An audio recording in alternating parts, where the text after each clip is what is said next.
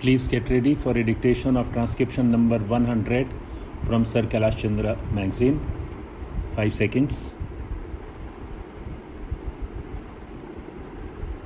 Start.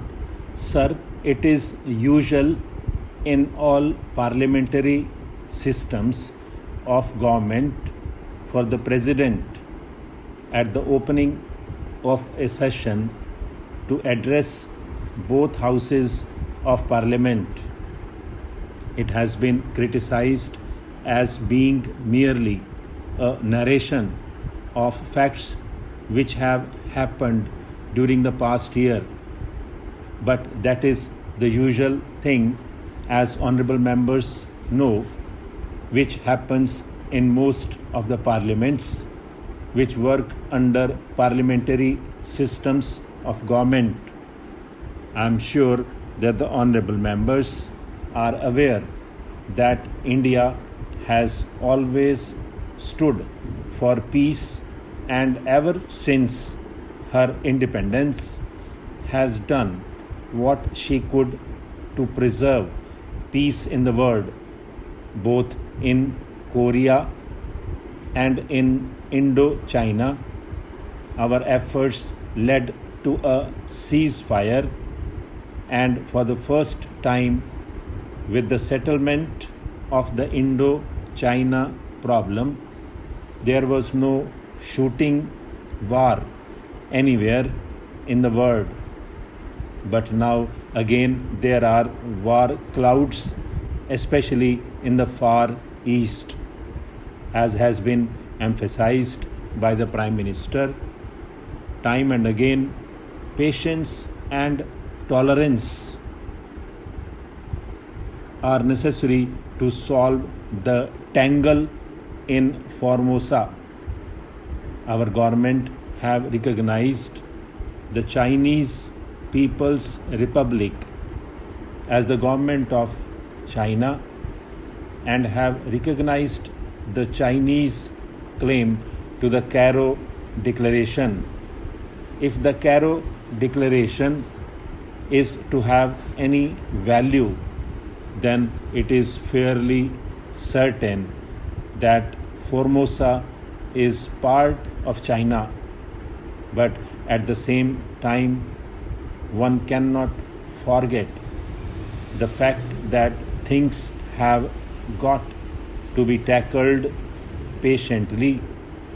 If this problem of Formosa is to be solved in a peaceful manner, that will take time, and it is towards that end I am sure that our Prime Minister is working so that there will be no clash in the Far East with regard to the question of Formosa.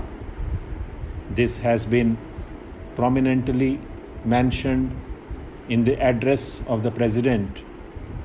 We hope that patience will be exercised by both the sides to solve this question, and there will be no incident which might lead to serious consequences. Our agreement with China on Tibet, which formed the basis of the joint statement by China's and our Prime Ministers regarding Panchshila, must form the main principle through which international tension can be eased and finally peace established. I am glad, sir, that recently the King of Laos has accepted the idea of the 5 principles put forward in this declaration.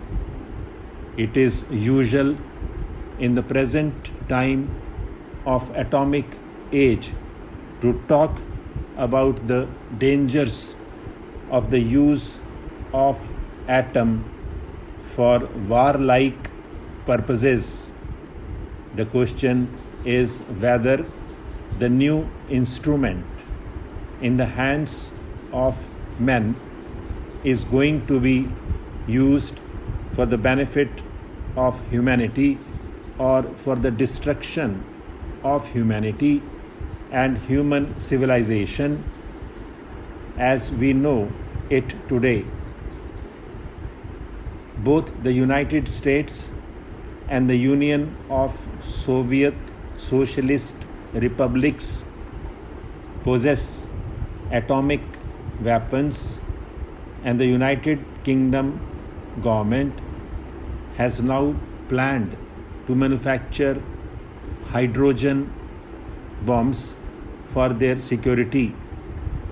As the Prime Minister has pointed out time and again, our country is not interested in the production of atomic weapons, but we are immensely interested in the use of atomic energy for peaceful purposes.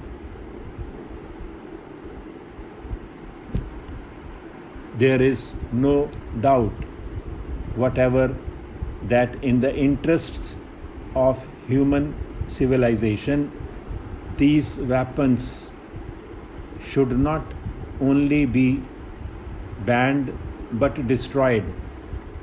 The question is, who is going to take the risk? There have been appeals that as the USA was the first nation to manufacture these dangerous weapons and use them, therefore they should set an example by destroying the bombs in their possession. Stockpiling of atomic weapons would lead to a dangerous situation, and somebody therefore ought to make a start in the matter of the destruction of these weapons. If moral standards are to be the guiding factor, it will be a great help to humanity. If this step can be taken, if only there is courage to do so, the USSR will have to follow suit. But unfortunately, there is the fear complex. Most nations want to protect themselves and want to guard themselves against any surprise attacks by the other side. So the armaments race goes on. They forget that this mentality will eventually lead to war. They think that negotiations can take place only when one can speak from strength, but they forget that two can play at this game. So long as this view is held, the armament race will go on and tension must certainly increase. The conference, which meets in London in a few days' time on disarmament, I hope will find a solution. The complete banning of nuclear weapons must be the first step that any conference should strive at, and I hope that under proper international supervision, this step will be taken.